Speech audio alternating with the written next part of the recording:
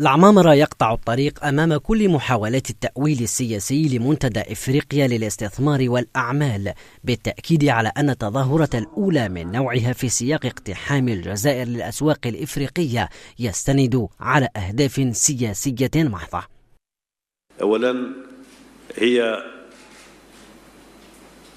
مناسبة اقتصادية محضة مثل ما ذكرت، وإنما مناسبة اقتصادية تترجم أولوية الدبلوماسية الاقتصادية التي تمارسها الجزائر. ولقد سبق أن تحدثنا إليكم عند تنظيم وزارة التجارة لاجتماع مهم في نادي صنوبر حول ترقية التصدير، ترقية الصادرات الجزائرية من المنتوجات الوطنية.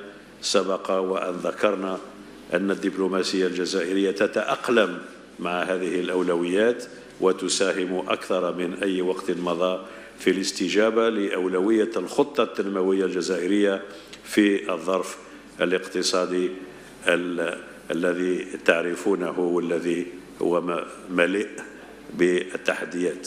ولأن الاستقرار صفة لصق بالقارة السمراء، فإن الهاجس الأمني قد يكون العائق الأول في توجه الاقتصاد الجزائري في إفريقيا، مخاوف هون منها العمامرة، مرافعا عن قدرة المتعاملين الجزائريين في افتكاك حصص لهم قاريا. L'économie ne peut pas attendre une situation de totale sécurité et de zéro risque. Cela n'existe pas. En Afrique comme ailleurs, il y a des capitales européennes pas trop loin de chez nous qui ont fait l'objet de 2 attaques terroristes la même année, en 2015. Il y en a eu une à Bamako, une à Ouagadougou, mais les choses ne rendent pas pour autant l'activité économique inconcevable ou excessivement risquée.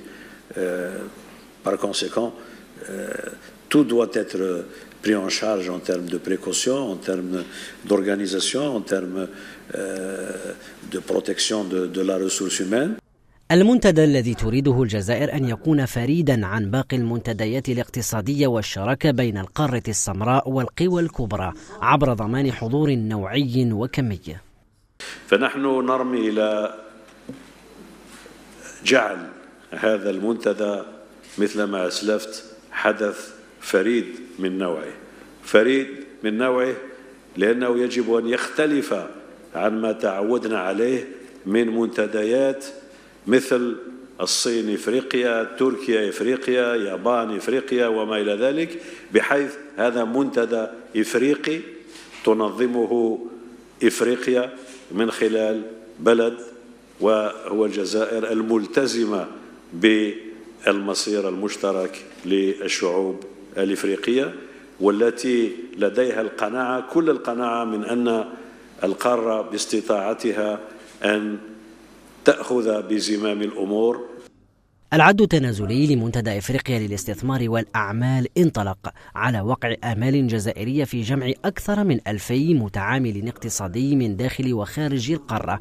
أزيد من 1600 منهم تلقوا رسميا دعواتهم الخاصة، يمثلون كبريات المؤسسات وأصحاب القرار الاقتصادي إفريقيا.